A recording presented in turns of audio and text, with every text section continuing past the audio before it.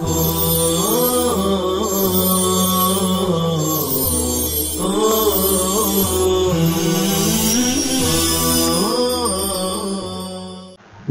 Rahmanir Rahim. Praise to be Allah who created months and years, hours and days, and differentiated between them in virtue and generosity. And He creates what He wills and chooses. And I pray and greet Muhammad sallallahu alaihi wasallam and his family and his righteous companions. Dear listeners, the month of Safar is the second month of the Islamic Hijri months, and it is one of the 12 months mentioned by Allah in the Holy Quran, Surah Tawbah, verse number 36. Indeed, the number of months with Allah subhanahu wa ta'ala is 12 months in the book of Allah. From the day when Allah subhanahu wa ta'ala created the heavens and the earth, 4 of them are honorable, but no virtue or condemnation of the month of Safar in particular has been proven by the hadith, nor has the Prophet ﷺ ever condemned any time, year or month. In Arabic, the meaning of Safar is to be empty, and the month of Safar is called Safar because in the time of Jahiliyyah, people used to go out in this month for killing, due to which their houses became empty. It is a month in which great events and great dates took place, such as the Battle of Al-Abwa and the conquest of Khaybar. It turned out that the month of Safar is also a month and time like other months. The same things can happen in it, which Allah subhanahu wa ta'ala has fixed. The time itself does not affect it at all. In the pre-Islamic era, the Arabs considered the month of Safar to be ominous and thought that it was a month of adversity and misfortunes. The same was the case with the polytheists.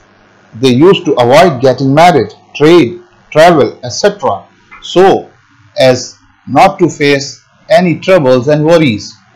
Bad luck and omens are not just the invention of the Arabs in the age of Jahiliyyah. In fact, it was also found in the former nations and peoples. Therefore, the people of Hazrat Salih alayhi salam has said to them, "We consider you a bad omen, you and your companions." In the same way, the people of the village disobeyed the messengers sent to them and considered them wretched. So they said to the messengers, "We have considered you wretched. If you do not desist, we will stone you.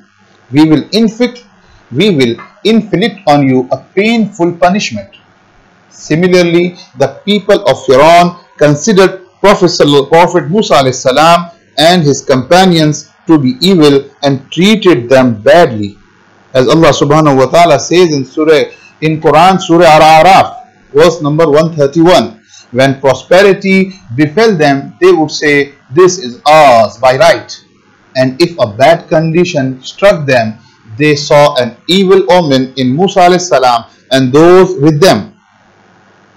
It turned out that in the time of Jahiliyyah, people had different false beliefs and ideologies about different months because they were devoid of the teaching of religion and Sharia.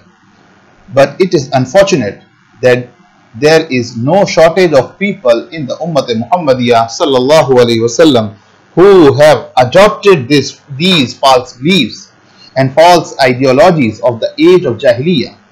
Without any arguments, they seem to stand side by side with them in various innovations and superstitions. Therefore, people have different misconceptions and ideas about the month of Safar.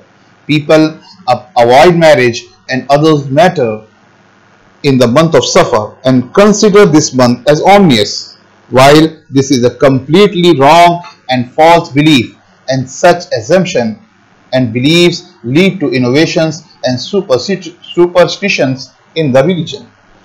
The mother Aisha radiyallahu ta'ala anha narrated that the Messenger of Allah sallallahu alaihi wasallam said, "He who innovates something in this matter of ours that is not of it will have it rejected by Allah subhanahu wa ta'ala. The Prophet ﷺ denied the omens according to the hadith narrated by Abu Huraira radiallahu ta'ala and mentioned the Prophet ﷺ saying, "There is no infection and no evil omen, and I like a good omen." Someone asked, "What is good omen?" The Prophet ﷺ replied, "Good omen means a good word."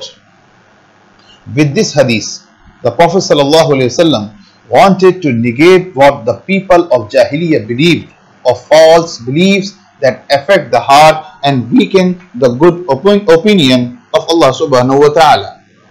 Dear elders, Islam teaches us that no moment, no day, no time, and no month is bad for us.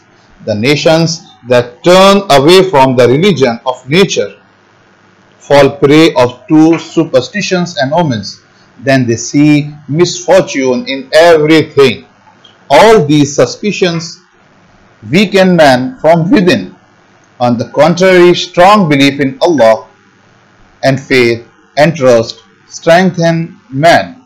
Therefore, a Muslim should have a firm belief that Allah subhanahu wa ta'ala is the owner of profit and loss, and no one else has this authority.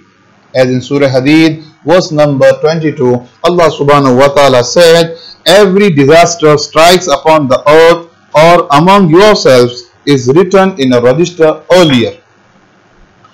Also, the believer should keep this supreme command with faith and certainty. May Allah subhanahu wa ta'ala give us the correct understanding of religion, Islam. Wa akhiru da'wana alhamdulillahi rabbil alameen.